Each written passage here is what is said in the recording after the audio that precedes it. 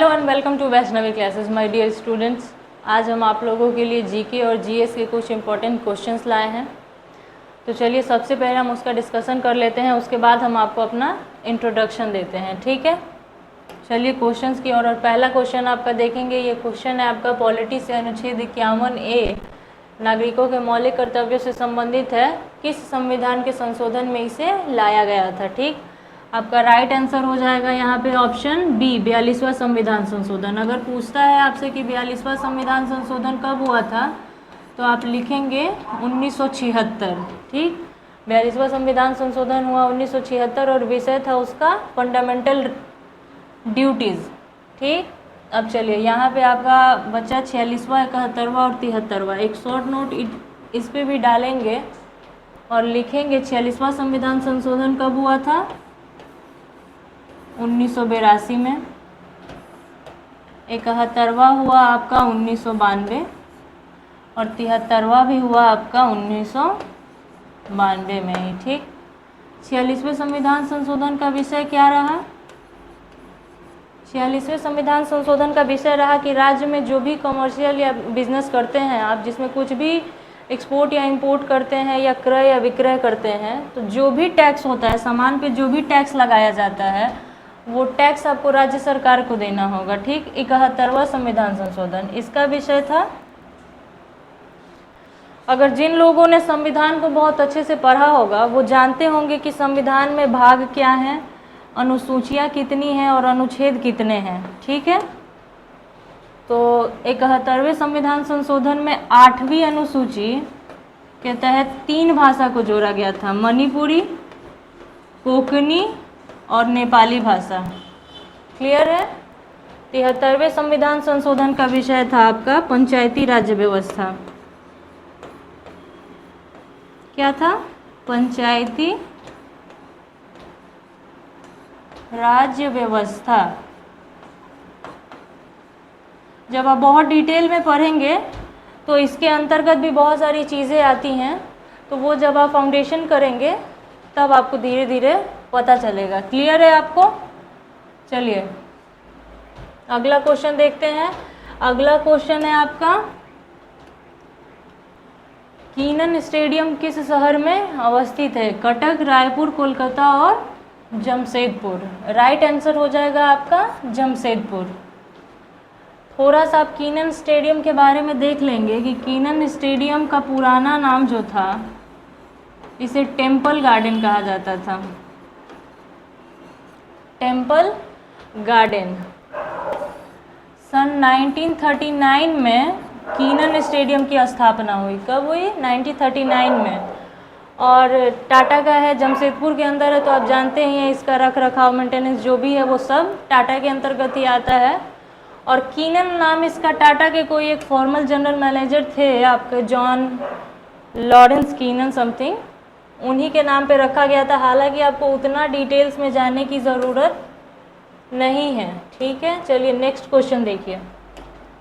Next question ये आपका है, फीफा वर्ल्ड कप 2022 का आयोजन। फीफा है तो फुटबॉल आप सभी जानते होंगे। 2022 का आयोजन किस देश में? जर्मनी, फ्रांस, अर्जेंटीना और कतर। राइट आंसर हो जाएगा आपका कतर।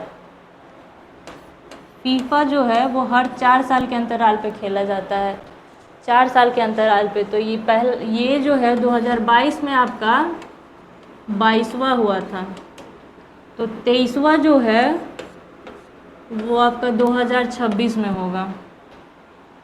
कब होगा? 2026।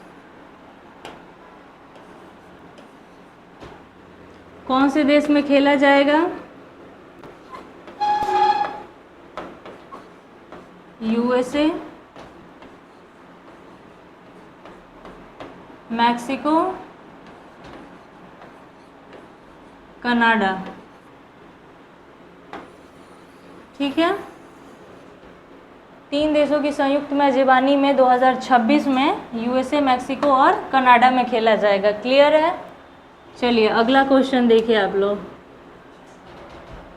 अगला क्वेश्चन है आपका, ये बायोलॉजी से है। ब्लड कैंसर को आमतौर पे किस नाम से जाना जाता है? Option A leucoderma, B anaemia, C leukaemia और डी हीमोफीलिया। ठीक, तो इसका राइट आंसर हो जाएगा ऑप्शन बी ल्यूकेमिया। और ये बाकी के हैं, ये सारे बीमारी के नाम हैं, तो एक बार हम लोग यहाँ पे देखेंगे। पहला ऑप्शन ल्यूकोडर्मा। डर्मा अगर किसी भी बीमारी के नाम के अंत में पहले या कहीं पे भी अगर डर्मा आता है तो आप ध्यान देंगे कि वो स्किन रिलेटेड प्रॉब्लम है। अगर डर्मा कभी भी आए लाइफ में तो आप ध्यान देंगे कि वो स्किन रिलेटेड प्रॉब्लम है। और ये है आपका ल्यूकोडर्मा। ल्यूकोडर्मा जो है ये एक सफ़ेद रोग, किसी किसी को आप देखेंगे कि चेहरे पे या किसी किसी के फुल बॉडी पे ऐसा वाइट पैच बन जाता है, तो इसको ल्यूकोडर्मा कहते हैं। अनीमिया आप सब जानते होंगे, खून की कमी से होने वाले रोग को अनीमिया कहते हैं। ल्यूकेमिया हो गया ब्लड कैंसर। डी हो गया आपका हीमोफीलिया। हीमोफीलिया जो है ये एक जेनेटिक बीमारी है। आमतौर पे इसमें क्या होता है कि ब्लड क्लॉट होना बंद हो जाता है। एक नॉर्मल ह्यूमन को जब कभी चोट लगता है और ब्लड आता है तो आप देखेंगे कि धीरे धीरे ब्लड गाढ़ा होकर आना बंद हो जाता है।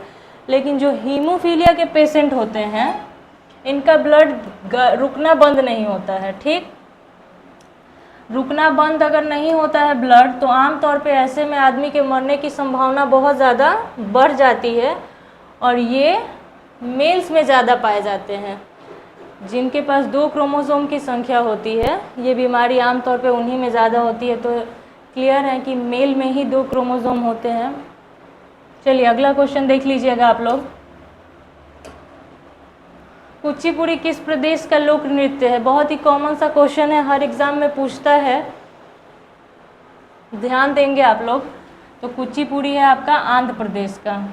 तमिलनाडु का लोक नृत्य आशा करते हैं आप लोगों को पता होगा,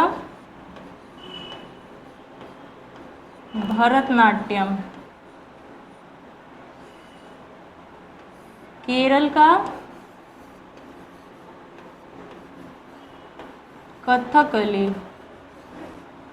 और महाराष्ट्र का लावनी। क्लियर है? चलिए नेक्स्ट क्वेश्चन देखिए। नेक्स्ट क्वेश्चन है आपका, निम्नलिखित में से कौन सी पुस्तक के लेखक मुंशी प्रेमचंद्र नहीं है? गोदान गबन, गोरा और रंगभूमि।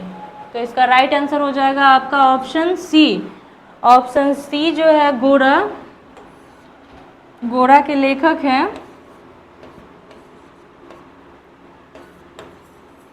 रविंद्र नाथ टैगोर। इनकी एक बहुत ही फेमस पुस्तक और है गीतांजलि। कौन सी? गीतांजलि। गीतांजलि और गोरा, ये 2 पुस्तक, गीतांजलि रविंद्रनाथ टैगोर जी की बहुत ही फेमस पुस्तक है, आप सभी जानते होंगे। और गोरा भी ध्यान देंगे आज से कि रविंद्रनाथ टैगोर की ही पुस्तक है। और रविंद्रनाथ टैगोर जो हैं वो प्रथम एशियाई रह चुके हैं जिन्हें नोबेल पुरस्कार दिया गया था। और चूंकि ये प्रथम एशियाई हैं तो पहले गैर यूरोपीय भी हैं जिन्हें नोबेल पुरस्कार से सम्मानित किया गया था। ठीक है, चलिए अगला क्वेश्चन देखिएगा आप। ये क्वेश्चन जो है आपका स्टैटिक जीके का है। स्टैटिक जीके क्या है कि आपके रिवीजन के ऊपर है, जितना ज़्यादा रिवीजन कीजिएगा उतना ज़्यादा आप याद रख पाएंगे। तो दिनार किस देश की मुद्रा है?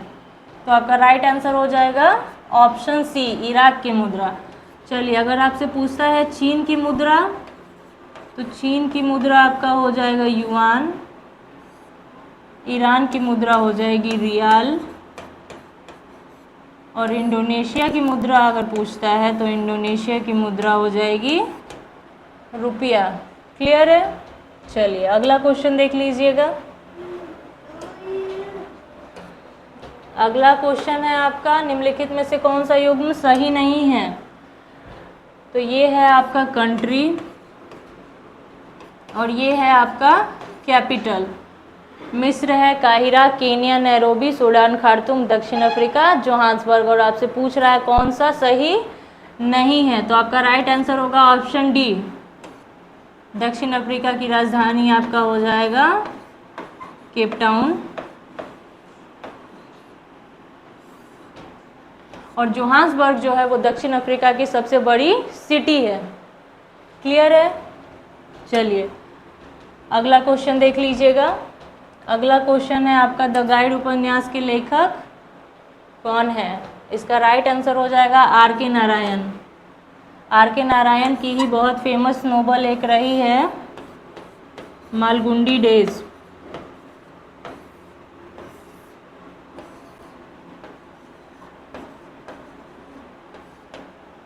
द गाइड उपन्यास के लेखक आर के नारायण और इन्हीं की एक फेमस नोवेल है मालगुडी डेज। क्लियर? चलिए अगला क्वेश्चन देख लीजिएगा। अगला क्वेश्चन है, भारतीय राष्ट्रीय कांग्रेस की प्रथम महिला अध्यक्ष कौन थी? Sarojini Naidu, Annie Besant, Indira Gandhi, Aruna Asaf Ali. Right answer हो जाएगा आपका इसमें एनी बेसेंट। सरोजिनी नायडू को हम सभी जानते हैं, स्वर कोकिला के नाम से जाना जाता है इन्हें। इंदिरा गांधी जो हमारी हैं फर्स्ट प्राइम मिनिस्टर। और अरुणा आसफ अली के बारे में आप ध्यान देंगे कि इन्हें ओल्ड लेडी के नाम से भी जाना जाता है। द ग्रेट ओल्ड लेडी का नाम अगर आता है तो अरुणा आसिफ अली को ही जाना जाता है। 1942 में हुआ था भारत छोड़ो आंदोलन। भारत छोड़ो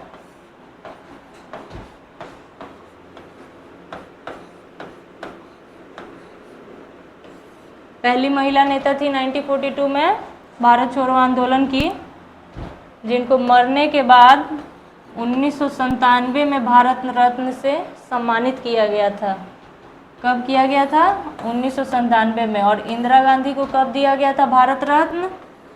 1971। क्लियर है? पहली महिला अध्यक्ष आपकी एनी बेसेंट थी। सरोजिनी नायडू स्वर कोकिला हम सभी जानते हैं। स्वर कोकिला का जिक्र अगर कभी भी हो तो सरोजिनी नायडू जी का ही नाम आता है। इंदिरा गांधी हमारी फर्स्ट प्राइम मिनिस्टर रही हैं, महिला प्रधानमंत्री जो अभी तक हैं, क्योंकि उनके बाद अभी तक कोई महिला प्राइम मिनिस्टर नहीं बनी है। क्लियर है? और डी है आपका अरुणा आसिफ अली, जो कि भारत छोड़ो आंदोलन की पहली महिला नेता रह चुकी हैं। क्लियर? चलिए अगला क्वेश्चन देखिएगा। चूँकि ये पहला सेशन था तो क्वेश्चंस की संख्या बहुत ही कम थी। उम्मीद करते हैं कि ये सेशन आपको बहुत ही हेल्पफुल होगा। आप अपना ऑनेस्ट फीडबैक कमेंट बॉक्स में डाल दीजिएगा और क्वेश्चंस की संख्या धीरे धीरे आपके लिए और बढ़ा दी जाएगी। Thank you very much.